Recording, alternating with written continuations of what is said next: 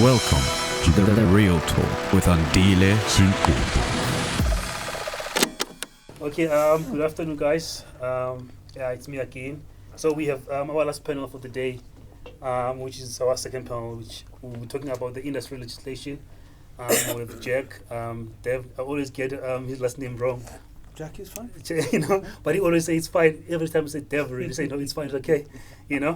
As guys, you've heard about like our industry, the main issues us as the industry, some of us the industry directors, producers, and some other departments are fighting about is the either we regulate the industry or the industry stays self-regulated. Which we are against. Some of us are against about being self-regulating the industry. Which us and Saga. Writers Guild, I know when it comes to working conditions, I've spoken to some of their, working conditions. They've complained. Thea spoke about that. Working conditions are horrible and something needs to be done. We've touched on that, but now we've spoke about all of that. I think I just want to give a chance to Jack because Jack has to leave, like in the next 10 minutes or so. But just one question. Out of all this thing that we are fighting for, new policies, legislation, what do we think legislations will do in our industry? Will legislation hurt our hurt the economy of our industry, or will legislation or everything or things will be better? Because the fear is that once everything the government controls the industry, which government won't control the industry, we will control the industry, but we need them to give us the rules. The policy to give the industry like some pathways, some rules and policies. Yes. So most of the people are afraid that the government will control the industry or will control the economy of the industry. That's what most of the people are afraid of. That it's the economy that the government will take from to them like other. So what do you think in that? Yeah, it's a good start to it. My apologies, everybody. I need to leave at 2:00, so I hope it's okay if I offer just 5 minutes to that. Are you going to keep time? Yes, I'd like you to. Okay, good.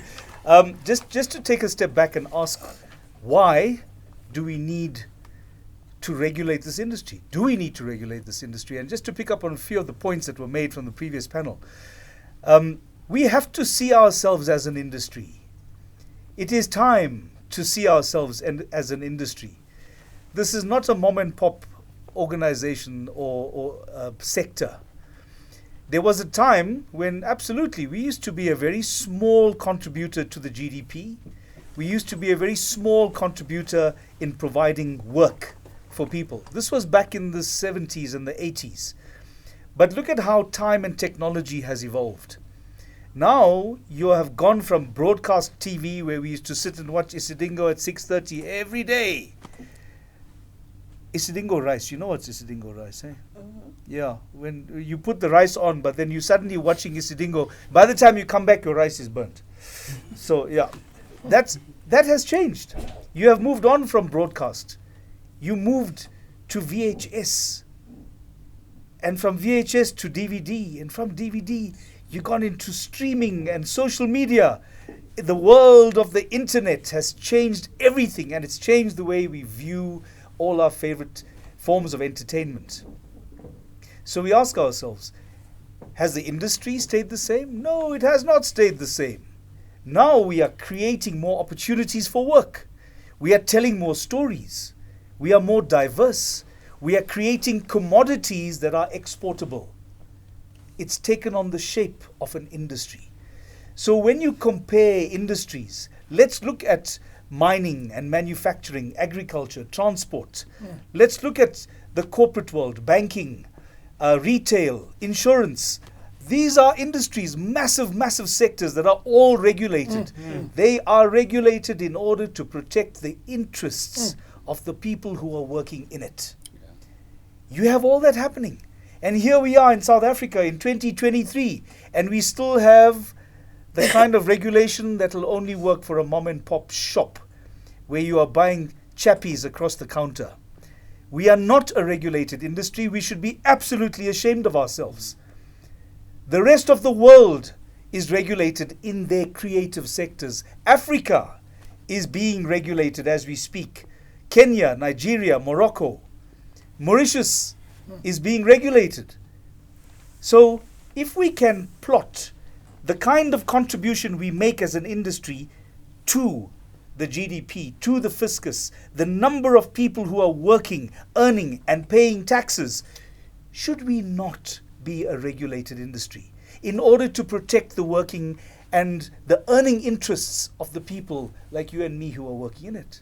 Of course, we should be a regulated industry to balance the rights of those people who are working in it. So if we are going to look and talk about regulation, I'm not saying we're going to implement anything. I'm saying let's talk about regulation. What form should it take? Well, then let's look at the rest of the world. Let's ask the rest of the world, how did you approach regulating your own creative sector? And essentially, there are two forms of regulation. There's one form of regulation that says, you know what? I like if I can form a union, appoint my union representative, and my union representative as an actor will sit across the bargaining table from the producer's union representative, from the broadcaster's union representative, from the studio's union representative, the director's union representative, and all those union representatives sit across the bargaining table from each other, and they decide with a mandate how they would like to create a standard rate, a standard working contract. What should this guy Sisanda, he's a fantastic star. He's got a huge catalogue of movies behind him. How much should he earn when he starts shooting on this production today? All these things can be worked out. That's what's already happening in the rest of the world. Let's park that idea of collective bargaining, unionization. Unionization allows for collective bargaining. Collective bargaining is something we know very well in this country. The entire mining industry, probably the biggest industries in the country, are all regulated by unions and collective bargaining rights.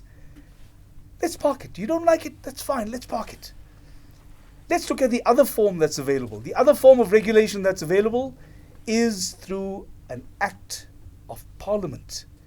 Legislation, statute, law that is drafted by our lawmakers who are sitting in parliament, who get to decide. Let's listen to this industry. What are they complaining about? Oh, you have some serious grievances there. Let's try and help you. Let's try and draft this law. It's only going to take about 12 years or so.